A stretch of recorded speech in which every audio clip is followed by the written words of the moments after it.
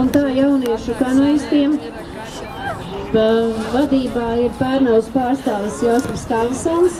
Aiz viņa sako vietu. Ты чего хотел?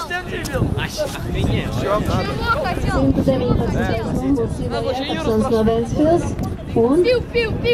Это Магнум 360. Un sauli pārstāvis Osvaldas Murza.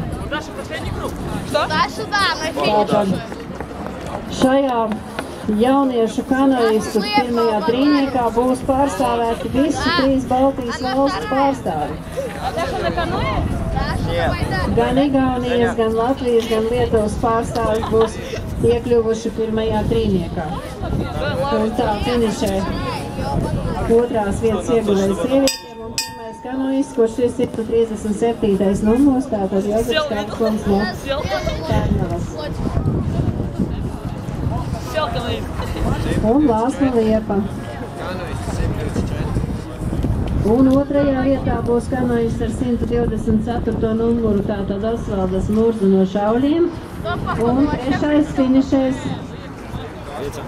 118. numurs, un tas ir Krišjāns no Ventspils.